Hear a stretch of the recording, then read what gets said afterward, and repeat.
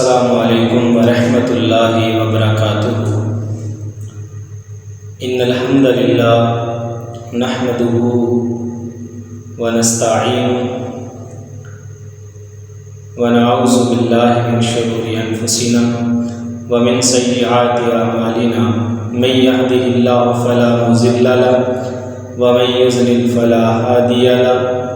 وأشهد أن لا إله إلا الله وحده لا شريك له وأشهد أن محمدا عبده ورسوله أما بعد۔ معزز ناظرین، آج 7ویں پارے کا خلاصہ آپ کی خدمت میں پیش کیا جائے گا۔ اللہ تعالیٰ نے 7ویں پارے کے آغاز کے اندر وہ غیر مسلم جو قرآن جب نازل کیا جاتا ہے تو اس کو سننے کے بعد ان کی آنکھوں سے آنسو بہہ نکلتے ہیں، اللہ تعالیٰ نے اس بات کی وضاحت فرمائی کہ وہ غیر مسلم جو قرآن کو سننے کے بعد روتے ہیں، گڑ گڑاتے ہیں اور مسلمان ہو جاتے ہیں۔ وَإِذَا سَمِعُوا، جب وہ سن لیتے ہیں اس چیز کو، ما انزل الی الرسول، جو رسول کی طرف نازل کی جاتی ہے، تری اعینہم، آپ دیکھیں گے کہ ان کی جو آنکھیں ہیں، تفیض من الدمع، ان کی آنکھوں سے آنسو بہہ نکلتے ہیں، مما عرفوا، کس وجہ سے کہ جو چیز انہوں نے پہچان لی، یعنی حق بات۔ اور وہ کیا کہتے ہیں؟ یقولون ربنا آمنا فاکتبنا مع الشاہدین، اے ہمارے رب، ہم تمہارے اوپر ایمان لے آئے، تم ہمیں بھی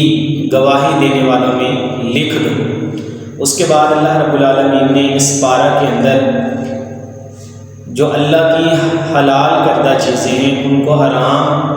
کا فتویٰ لگانے والوں کی مذمت کی ہے۔ اللہ نے فرمایا یا ایھا الذین آمنوا لا تحرموا طیبات ما احل اللہ لکم ولا تعتدوا،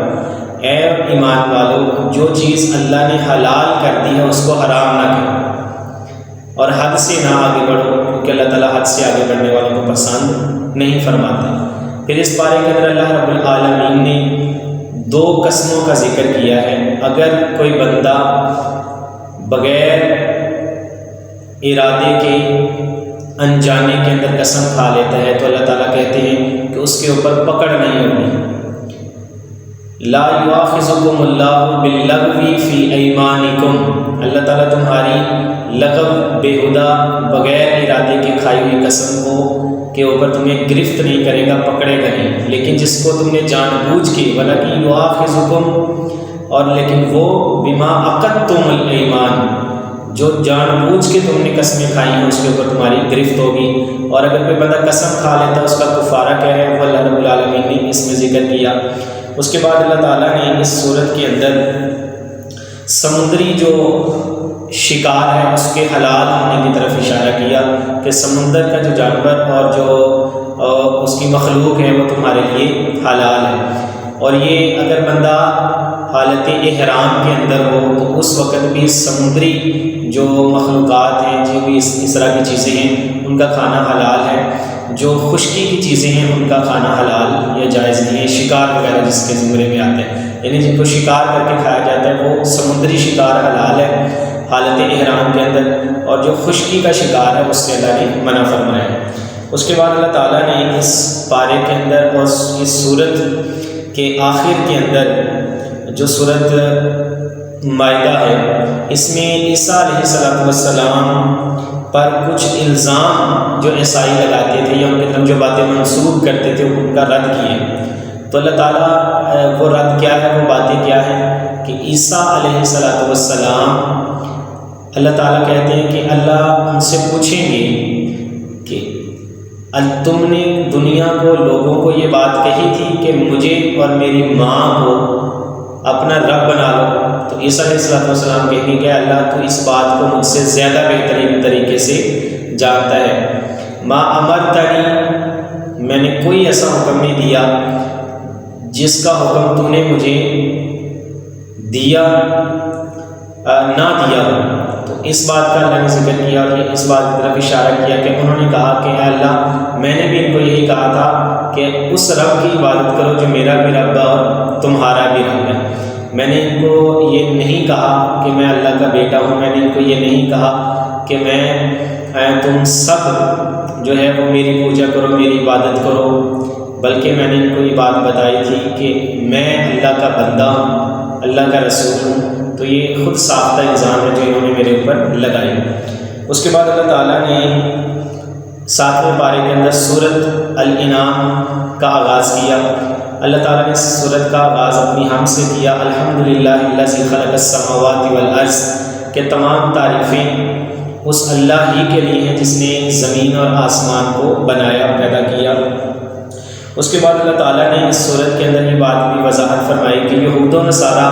نبی کریم صلی اللہ علیہ وآلہ وسلم کو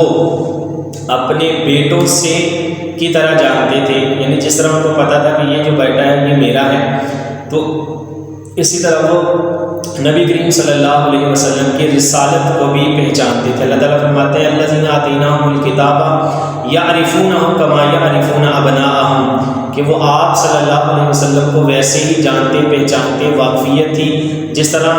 وہ اپنے بچوں کو جانتے تھے۔ مطلب اس آیت کا کیا ہے کہ ان کو پتہ تھا کہ یہی آخری نبی ہے، اس کے اندر وہ تمام اوصاف اور خوبیاں موجود ہیں جو تورات، زبور اور انجیل کے اندر بیان کی گئی ہیں، لیکن اس کے باوجود وہ حسد کی بنا پہ آپ صلی اللہ علیہ وسلم کی رسالت کا انکار کر دیتے تھے۔ اس کے بعد اللہ تعالیٰ نے اس صورت کے اندر اور اس پارے کے اندر خصوصی طور پہ اپنے علم کے بارے میں بتایا ہے کہ اللہ تعالیٰ کا علم کتنا گہرا ہے، اللہ تعالیٰ کا علم کتنا وسیع ہے۔ آج جتنا وسیع ہم کام کر لیں تو ہم دنیا کے اندر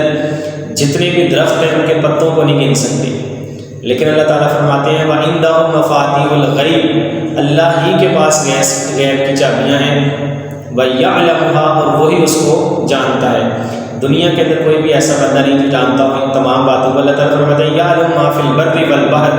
اللہ ہی جانتا ہے خشکی کے اندر کیا ہے اور تری کے اندر کیا ہے۔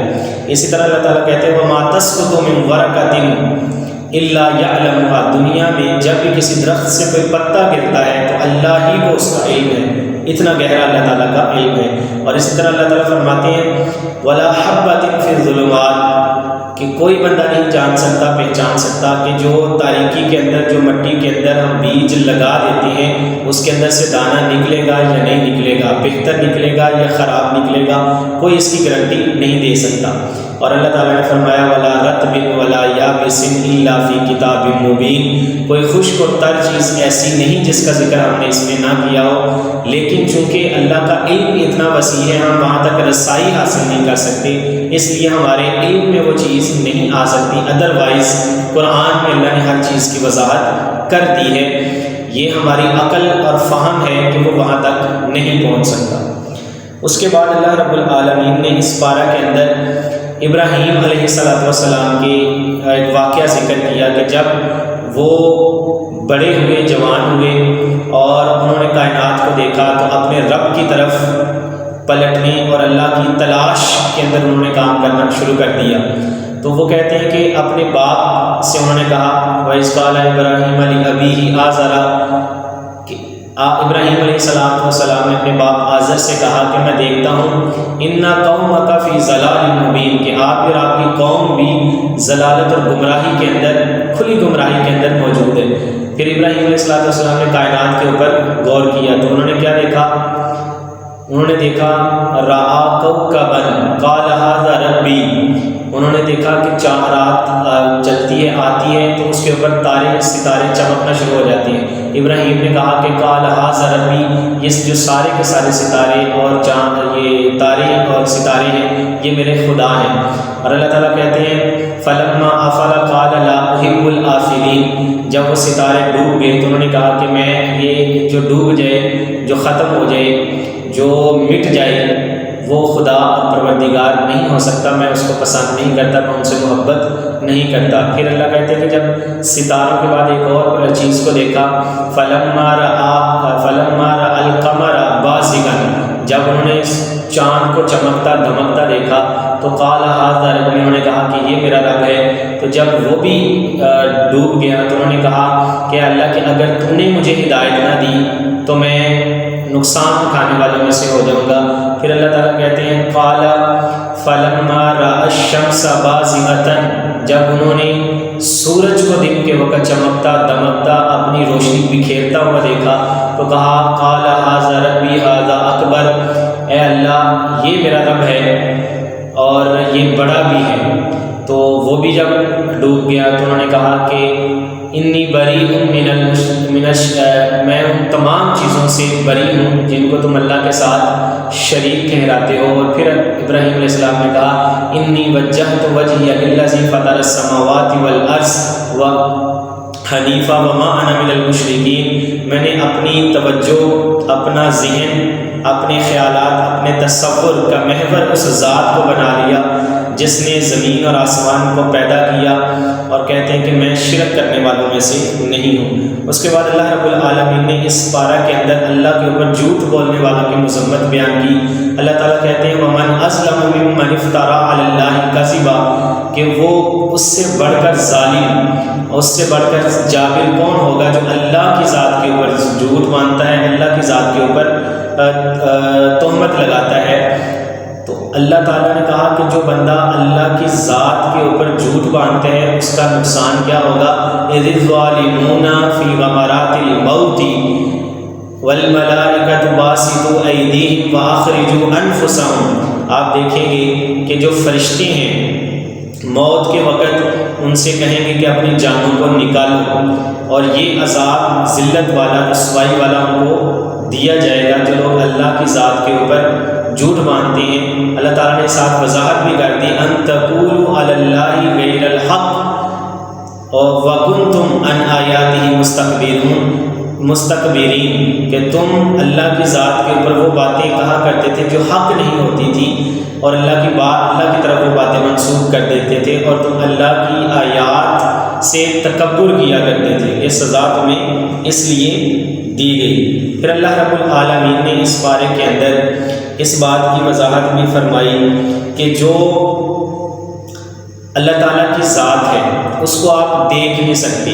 جو ہماری آنکھیں ہیں ان کے اندر وہ کیپیسٹی نہیں ہے کہ ہم اللہ کی ذات کو دیکھ سکیں۔ یعنی جس طرح سورج کی طرف 2-3 منٹ 4 منٹ زیادہ میں نے بتا دیے، اگر بندہ دیکھے اور اس کے بعد جب بندہ دوسری طرف دیکھے گا تو اس کو کچھ نظر نہیں آئے گا، یا بالکل جب آپ اندھیرے سے اجالے کی طرف اور تیز روشنی کی طرف جاتے ہیں تو آپ کو سمجھ نہیں آتی کہ یہ کیا میں نے دیکھا ہے اور کیا نہیں دیکھا۔ اسی طرح اللہ تعالیٰ کی ذات نور ہے،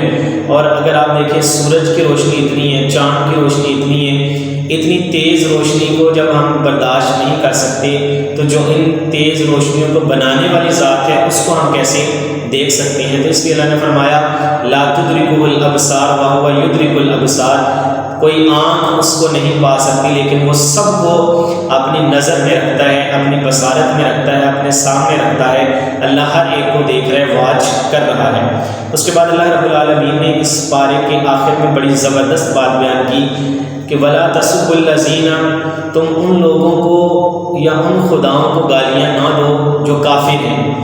یعنی کافروں کے جو خدا ہیں ان کو تم گالیاں نہ دو، نہیں تو وہ کیا کریں گے کہ وہ تمہارا جو خدا ہے، تمہارا جو رب ہے، تمہارا جو مالک ہے، اس کو جان بوجھ کر علم کے بغیر وہ اللہ کو گالیاں دینا شروع کر دیں گے۔ اور اگر تم چاہتے ہو کہ تمہاری وجہ سے تمہارے رب کو کوئی گالی نہ دے تو تم کافروں کو کے جو معبود ہیں، جن کی وہ عبادت کرتے ہیں، جن کی وہ پوجا پاٹ کرتے ہیں، ان کو بھی گالیاں نہ دیا کرو۔ یہ چند باتیں تھیں جو اللہ تعالیٰ نے 7ویں پارے کے اندر بیان کی تھیں۔ اللہ تعالیٰ سے دعا ہے کہ اللہ تعالیٰ مجھے اور آپ کو سننے اور پھر اس کے اوپر عمل کرنے کی توفیق عطا فرمائے۔ وآخر دعوانا ان الحمد للہ رب العالمین۔